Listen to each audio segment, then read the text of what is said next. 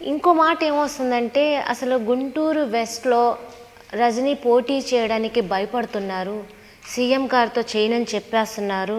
అందుకని వైసీపీలో కూడా కొంతమంది ఆ పోస్ట్ కోసం ఎమ్మెల్యే కోసం కూడా చూస్తున్నారని ఇలాంటిది ఆఫ్ ద రికార్డ్ అయ్యే ఒక గాసిప్స్ అనుకోవచ్చు. అలా అని చెప్పి అనుకోకుండా ఉండడానికి లేదు. ఎందుకు ఇలాంటివి వస్తున్నాయి? ఎంతవరకు నిజం అంటారు ఇవి? గుంటూరు వెస్ట్లో రజనీ గారి గురించి మాట్లాడటానికి అంటే ఏదైతే భయపడుతున్నారు అంటున్నారో మీరు అన్నారు కదా, అవి గాసిప్సే, ఖచ్చితంగా వస్తాయి. ఆవిడ ఒక లేడీ టైగర్.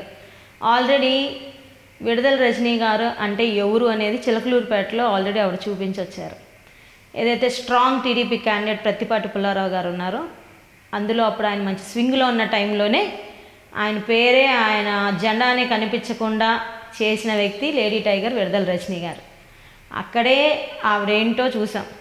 ఆవిడ ఎలక్షన్ తీరు కానీ, ఆవిడ పార్టీ కోసం నిలబడటం కానీ, ధైర్యంగా ఏ సమస్య వచ్చినా ఆవిడేంటో మనం చూసాం, ఆల్రెడీ తెలుసు.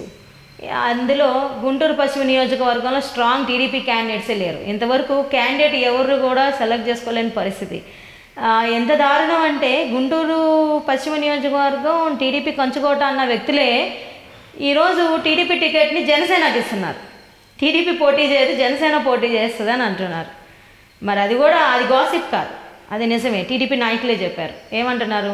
ఈసారికి టీడీపీ టికెట్ లేదు, గుంటూరు పశ్చిమ నియోజకవర్గంలో జనసేనకి ఇస్తున్నాను టికెట్ అంటే. వాళ్ళకే ఒక స్థిరత్వం లేదు. మరి ఈ స్థిరత్వం లేని వాళ్ళందరూ ముందుకొచ్చి కంచుకోవటాన్ని ఏ బేసిస్ మీద చెప్తున్నారో చాలా హాస్యాస్పదంగా ఉంది. విడుదల రజనీ గారు ఏదైతే సమన్వయకర్తగా ఇన్ఛార్జ్ తీసుకున్నారో ఆ డే 1 నుంచే ఆవిడ పార్టీ క్యాడర్ని అందరినీ కూడాను పర్సనల్గా మీట్ అయ్యి మరి ఒకటిగా ముందుకెళ్దామని చెప్పి అందరితో మాట్లాడి, మేమందరం కూడా ఈరోజు మీరు చూస్తే రోజుకు ఒక వార్డ్ విజిట్ చేయడం జరుగుతుంది. ఎలక్షన్కి ఇంకా 2 months టైం ఉంది. అయినా కానీ ఈరోజు విడుదల రజనీ గారి పరిచయ కార్యక్రమాలే అది ఒక ఎలక్షన్ క్యాంపెయినింగ్గా చేస్తున్నాం. అంత బ్రహ్మాండంగా జనాల్లో కూడా చాలా మంచి రెస్పాన్స్ వస్తుంది.